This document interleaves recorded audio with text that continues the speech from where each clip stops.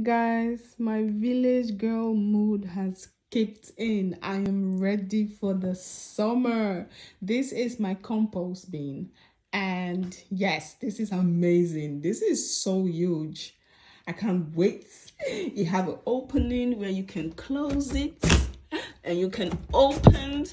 So what I'm about to do, I'm about to go to the store and buy some worms. Yes, if you're a gardener, you know anything about compost, you need worms to able to eat the compost and then make it into a great fertilizer that you can use, or great soil that you can use for your garden.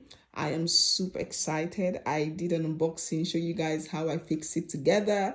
That video will be up very soon. You know, I'm a village girl. I always said if you are OG of my YouTube channel when I started many years ago, I always say that I'm this girl from a really small village in Sierra Leone, and these are the things that I like. These are the things that I love.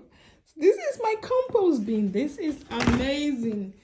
You know, this is huge. This is huge. This is great. Perfect compost bin. I can't wait to show you guys what I'm going to do.